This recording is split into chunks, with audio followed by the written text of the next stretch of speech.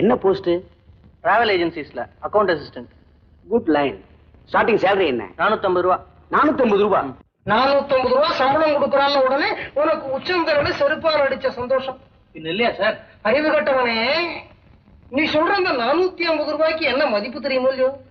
உன்னை படிக்க வைக்க உங்க அம்மா தெரு தெருவா அலைஞ்சா. கடைசியில பிகாம்ங்கிற டிகிரியும் உன் கையில கொடுத்தா.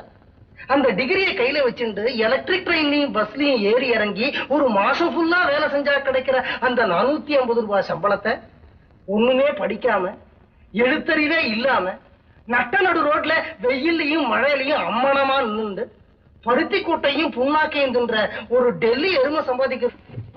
பிகாம் என்னாச்சு? உள்ள கொசு தொல்லை அதிகமா இருக்கேன்னு திண்ணைக்கு வந்தேன். பின்னையும் கிளம்பிட்டேன். இப்ப அந்த கொசு தொல்லையே பரவாயில்லன்னு தோணுது.